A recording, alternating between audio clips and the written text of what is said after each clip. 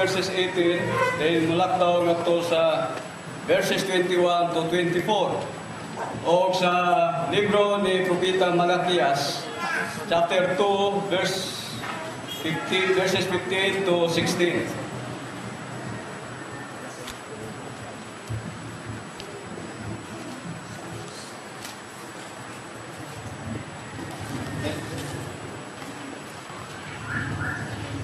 Ang mga pulong nagkanayon.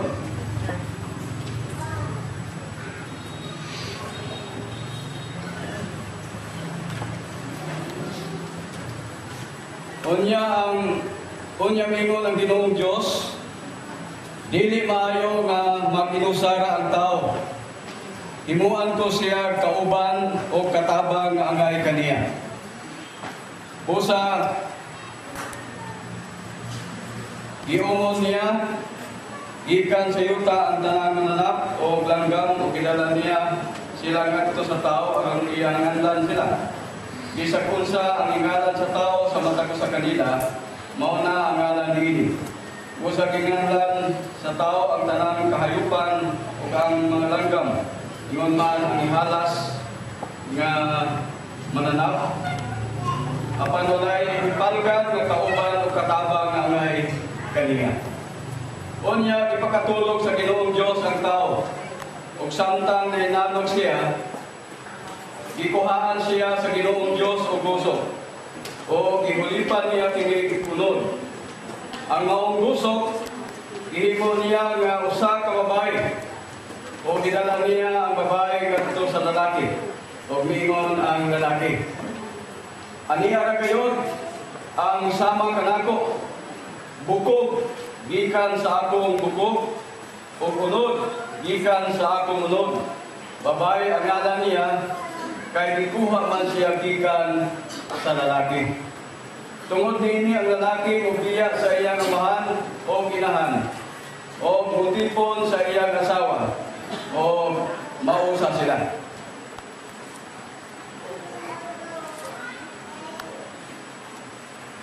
Sa libro ni Propeta Malakias, chapter 2, verses 15 to 16. Aron makabaton kamo mga anak nga tinuod nga katawhan sa Dios. Busa, pagmatnon kamo nga dili ninyo lapason ang gisaad ninyo sa inyong asawa. Sa pagkasal kaninyo sa batan-on pa kamo. Dili ko gusto nga magbulag kamo. Nagingon ang Ginoo ang Dios sa Israel. Dili ako gusto nga buhaton sa bana kining daotang-utang ngadto sa iyang asawa. Busa pagmatnon kamo ug ayaw ninyo lapasa ang inyong ipanumpa sa inyong asawa. Dili lang natapos ang pagbasa. Ang Ginoo nagpanalangin na dili nga mapulo nga atong paminawan karon pareho manlingkod sila.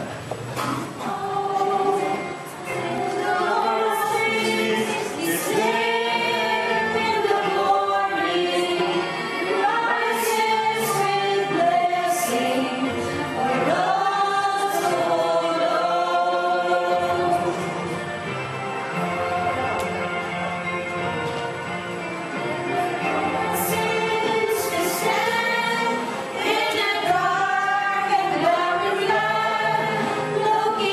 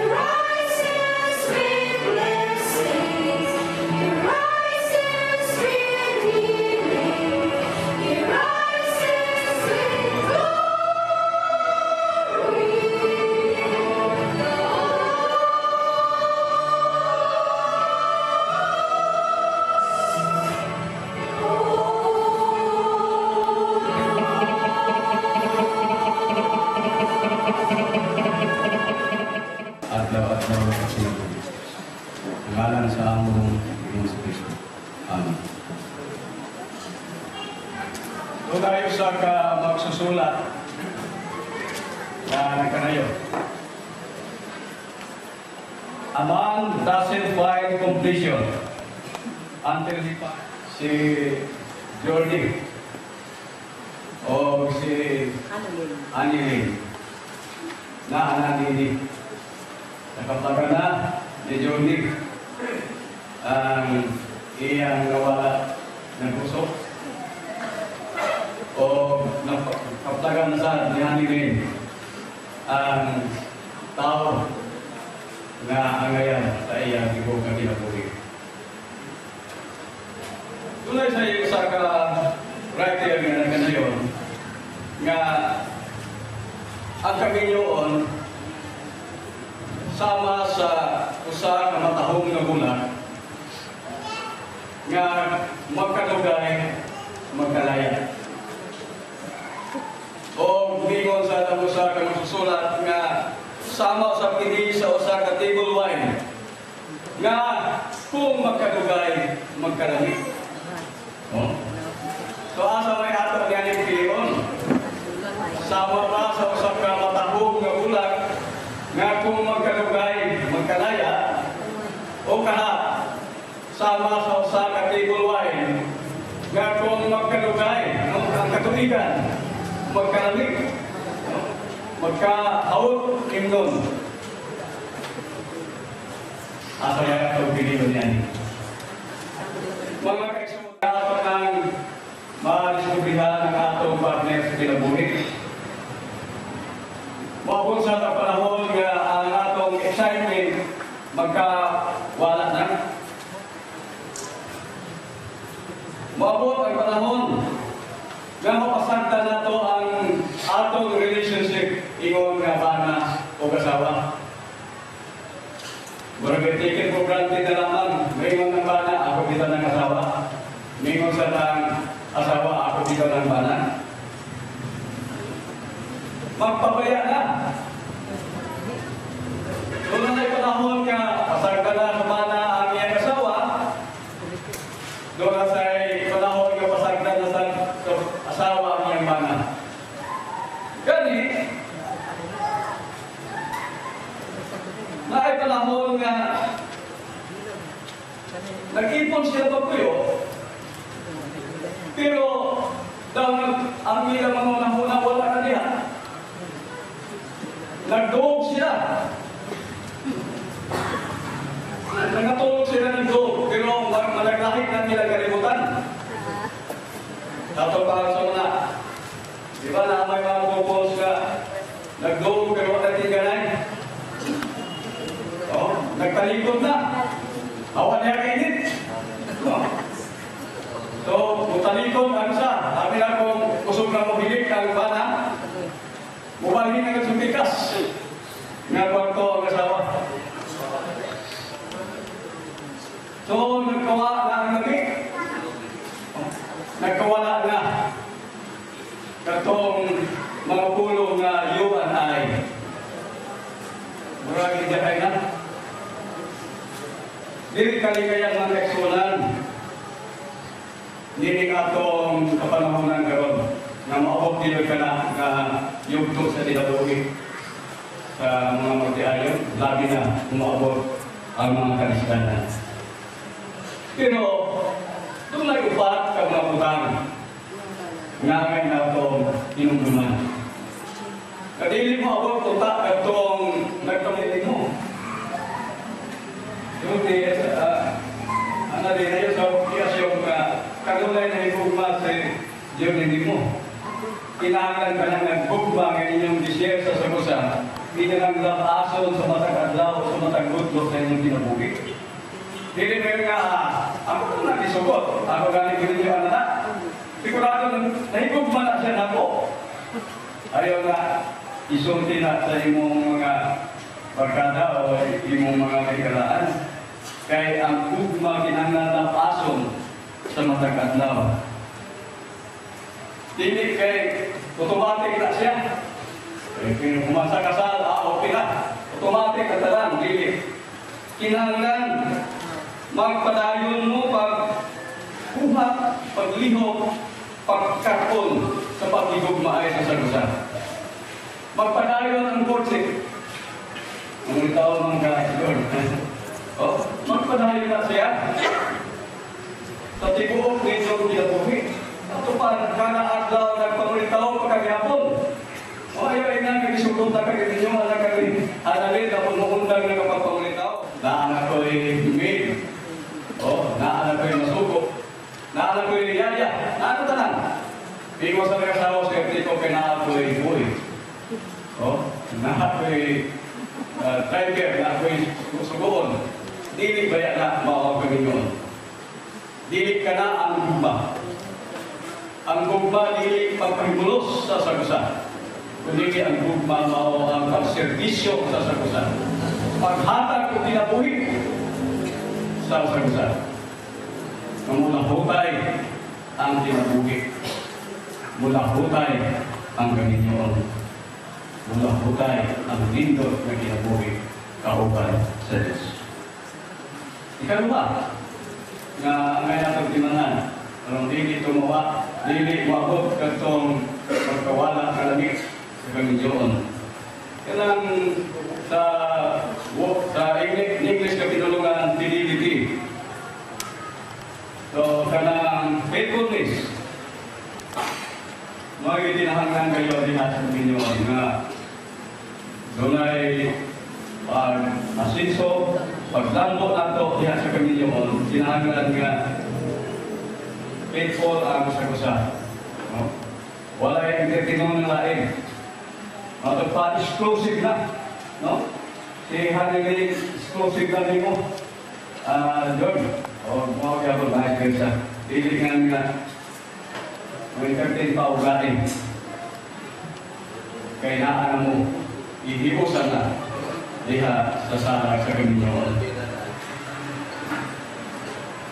Binahagla na agayoy pagsaligay sa sagusa. Naagayoy Tagalog pagtiwala. Kaya naabay mulakaw ang ibana o sawa.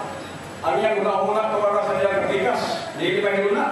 Kung saan ka na, may parte na sa lain nito. Pero kung diha sa pagsugod, ilan na ang nakakusa, ang bana o asawa, nga masangigan ngayon ang iyang bana o ang iyang asawa. Wala tayo igubot, malinaw ang pamuyo, o mula po tayo ngayon ang maong Panginoon. Matod pa sa Hebreo 13, 4, nagkanayon, angay kasinungan sa tanan ng Panginoon, o dili maalugibon ang bana o asawa. Ukman sa Diyos katong makinilawason o ang manapaw. Ato pa, itawag ng mga kong sa Ginoo. Kung mga kayo mag-ubal sa tibok ka dinabugi, ayaw lang mag-entertain magkain pa ang relasyon. Hindi kamu o ikaw na lamang yun. Magpadayon, ingong kasa sa Diyos. Kaya actually, ang Panginoon, kasa na sa Diyos ka na po. Si Hanilin, kasa ni Mondor. O si Kasadyon, kasa na ito ka Hanilin. Kusa, tiniri ang inyong bago na kinabuhi. Magkuha ng hangdo sa hangdo. Katulo, diya sa Panginoon na ang pag-sinuportahay sa sagusan. Dili pasagdan ang sagusan. Na ay pag-encourage, pag-asik, na ang pagtabang, ang mulambo ang sagusan.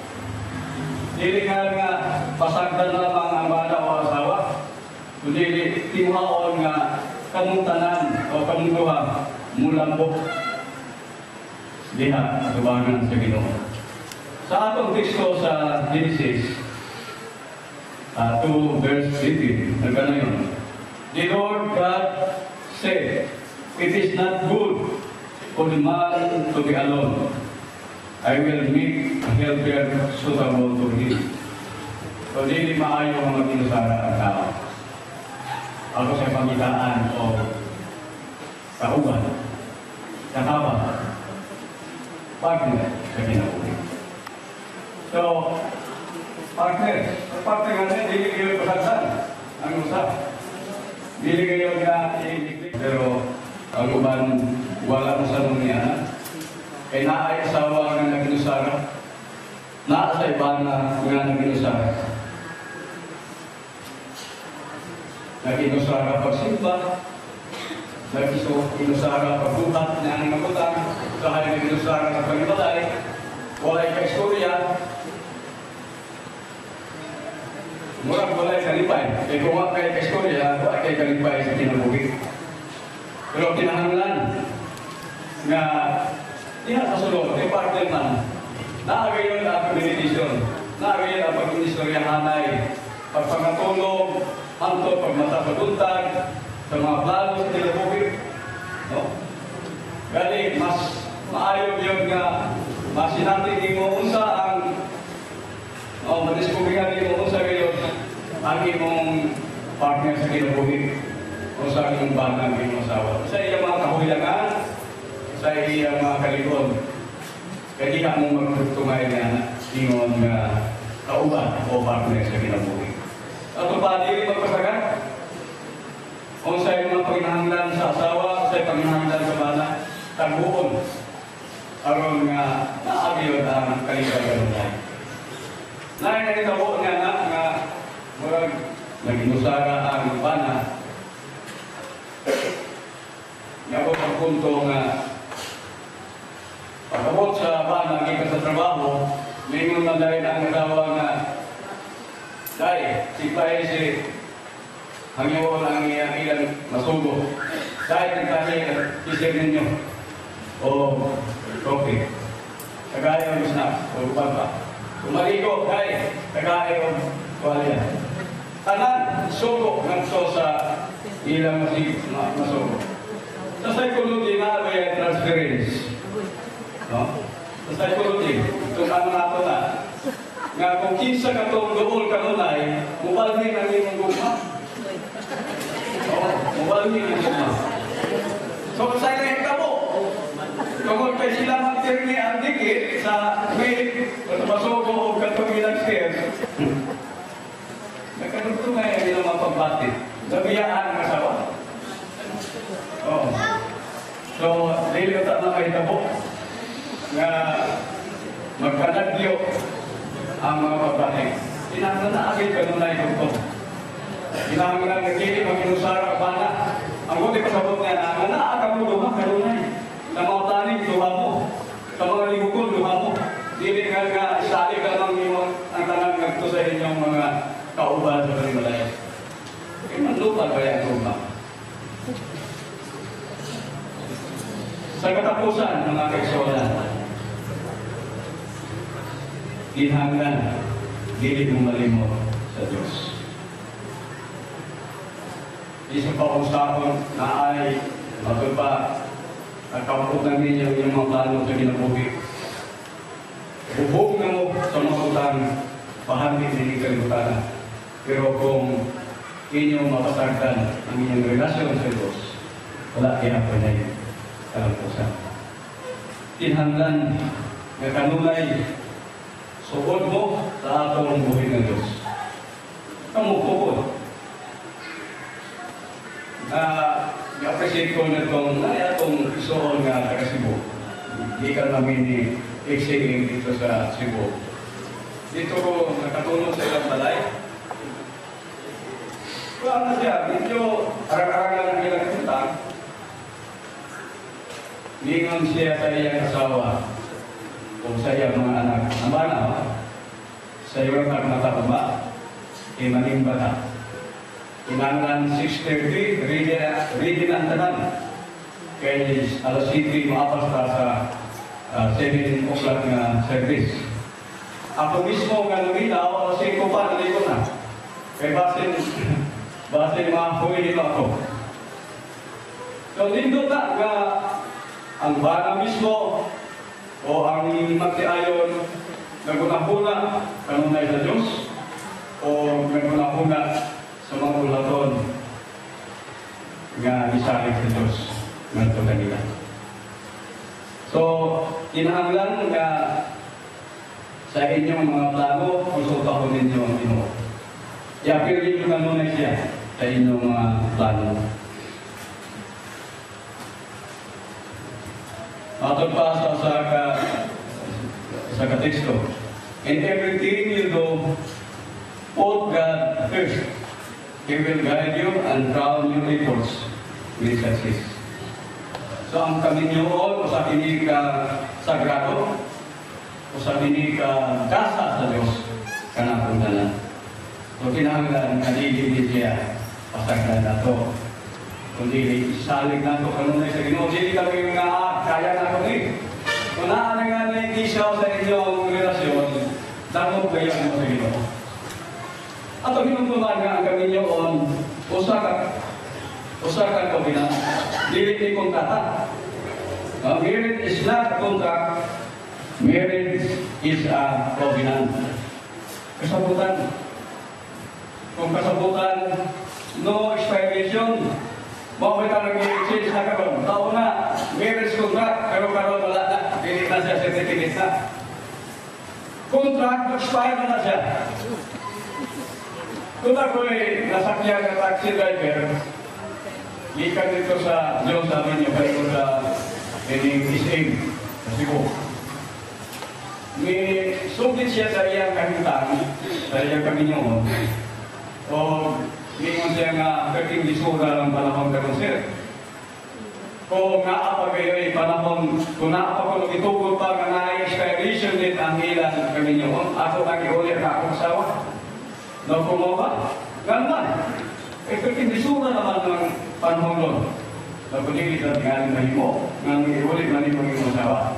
Pero kung nakapag siguro expiration din daw, matutan sa mga kagaya, iulit niya ang iyang masawa. So, John, wala expiration ang Kaminyoon. Usakin ni kakobinan, kasabutan. Kasabutan ninyo ito ba? Kauban sa Ginoo. Ngayon, may Ginoo kauban.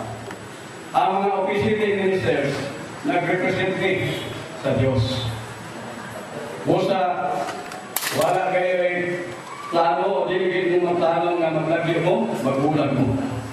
Kaya minsan kung iyo ng kabubuto ng magbulag mo, pero kinahanglan ko sa takot ninyo ang Diyos. Kaya ang Diyos hindi mo tugot na magbulag ka, magbulag ka kami nyo. Naway ka ba magbuot, magbulag sila? Kadili nila panagiran na nagkasama nila. Dili nila panagiran sa Ginoo. May ba ng mga kupos na doon nga mga kupo-tubuan? Why panagid? Kinahanglan mananggid. Pero dili na siya itugot sa Ginoo. Kaya ang design sa Ginoo nga mag-uyok, mag-ipon ang magtiayon sa wabanan, hangtod sa kalutugan. Wala kayo limitasyon, wala panahon, wala time frame. Naani, disenyo ni Tato Ginoo. So, ato ginunduman, nga diha sa Kaminyoon kinahanglan ato itong tirig ang gugma. Kanunay na siya, magkakli ba, na naay kong tanong na sa tunga. Ngayon mo na siya katinanong, kamundo ba? Kamundo ba ang optiman niya? Dili nga usara ang optiman. So, naang pagkamantinutanon sa sagusan, naang pagsinuportahay sa sagusan, o na ay dikon na pagtuo sa atong buhay ka Diyos. Sa atong teksto sa Malakay, ang propita niya kaniyo, dili ko gusto nga magbulag ka mo, nag-ingon ng Ginoo ang Diyos sa Israel. Dili ko gusto nga buhaton sa mga kinigautang-utang ngadto sa iyang asawa. Busa pagmatgon ka mo, o ayaw ninyong napasa ang inyong ipanumpa sa inyong asawa. So, Jordi, Anilin, karon pagkaon, kanang pa na mo sa sagusa, na inyong mga panaan sa sagusa. Kanang nga panaan, dili na siya, hindi naman, kundi pati na siya, hindi na kinahanglan ninyo ng tingran, inyo ng magpapaghipusan sa inyong tibok na kinabuhi. O kung saan ang inyong ipanaad subagan sa Diyos. Inaawag nga panalangin sa Diyos, maanaakan mo na yun. Amen.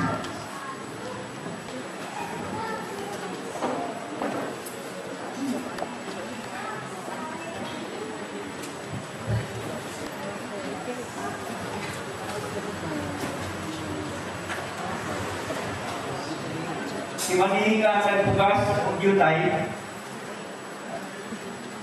mag-aning yutay. Apan ang nagbukas, daghan, mag-aning daghan. Busa kinahanglan hatag ang tagsa-tagsa sumala sa iyang gusto, kung dili magbagulbol. Di maghuna-huna ng ipupusya. Kaya Diyos, nilunga o malipayon siya sa nagahatag nga malipayon. O magkahatag ang Diyos kaninyo o lamaw pa kay sa inyong ikinahanglan. O duwag ini magabaton kamo sa tanan ninyo kinahanglanon. O sobra pagali alang sa tanan maayong buhay. Bago kita sa atong offering.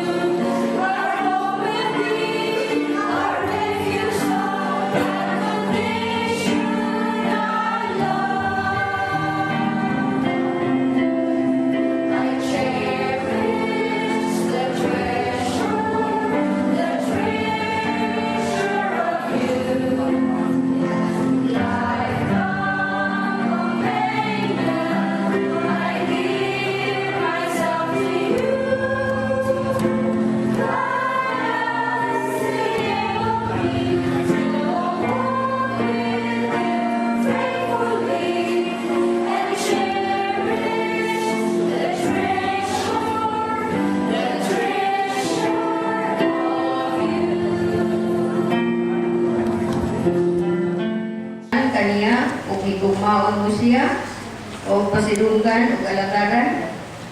Magasaad kayo sa ikaw nga ulungan mo siya o panggaon sa balatian o sa kapiskay sa lawas. Pagigtipon kaniya o mahalon mo siya hangtod may kinabuhi pa kamo. Sumala sa sugo sa Diyos, bahin sa balaang paragyusa sa kaminyoon. Dawagan mo po, magasaad po tubangan sa presensya sa Diyos o sa iyong katawan. Kinsa ang mga panalangin sa kaminyoon nila Richorny o Canilins, o kinsa ang mga tugyan sa usa na sa usa. Akong ihanyo ang maginikanan sa pagkanahis na tubangan aron pagtugyan kanila nga sa usa. Alin na ang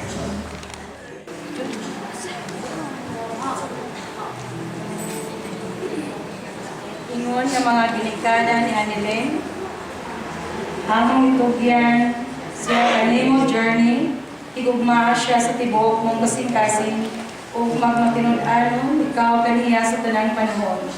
dasiga siya, bumabati siya sa kaguol o kaluya. Sinatiya ang kalipay o kahinam diha sa inyong panaguban. Ayaw mabuti nga ang pangabugbo, pagduwa-duwa o kasuko, magaguba sa pagtukuranan sa inyong gugma. Malaumon kani nga uban sa panalangin sa Dios o sa inyong pag-ampo o pag-amuma sa usab-usab, mulambo o mulikon gayon ang panimalay nga inyong pagatuturan.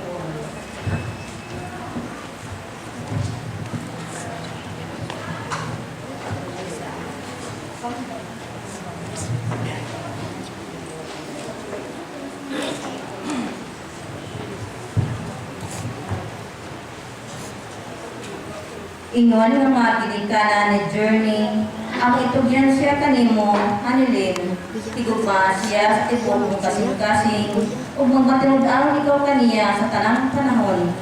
Dasiga siya, umubati siya, sa kaguol ug kaluya. Sinuriya ang kalipay, ug kahina, diha sa inyong panaguban. Ayaw tuguti, nga ang pangabubo, pagduha-duha o kasako, magaguba sa patukaranan, sa inyong gugma. Malaumon kami kauban sa panalangin sa Diyos o sa inyong pag-ampo o pag-amuma sa usag-usa, mulambo o bulig-on gayon ang panimalay nga inyong pagatukoron. Salamat. Ang mga sponsors, special yung mga katauhan, nagipili ni Hanilin of the Journey. Tungod kay sa inyong mga kinabuhi, nakita ang hemplo nga mahimo ka mong isip kapilikanan. Karon ako mangyod ka mo sa pagtindog o pagpadaya sa inyong pagsuporta kanina. Nasa atong dalamdan, pareho basa.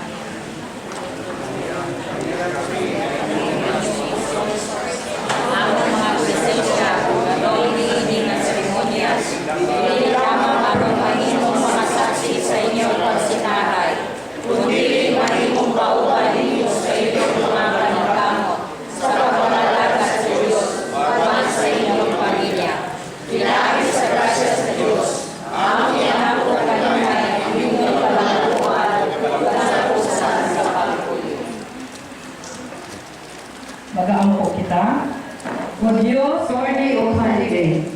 Aron sila makihugmaan, mutamod, maghatag, ug bilis sa usa-usa. Ibubo ang imong panalangin. Aron magpuyo sila diha sa pagkamatinud-anan. Uban sa pailo, kaalam o pagpinugtanay. Aron ang ilang matungod nga balay. Mahimong dapit sa panalangin ug kalinaw. Pinaagi kang Ginoong Hesus. Amen. Atong hangiwan ng mga sponsors na magpabilin sa pagtindog alang sa pagbayloay sa ilang mga saan. Pagsagot o pagtagad sa usag-usa, ingon nga bana o asawa. Adunay daghan nga mga kaakuhan diha sa panimalay o sa kasilingban. Din kita ang sakop apan kung kining tanan ginapakig-ambitan nga maripayon uban sa gugma. Mahimo kini magaan. Ang kalampusan sa inyong kamilyoon magalipindi sa kalig-on sa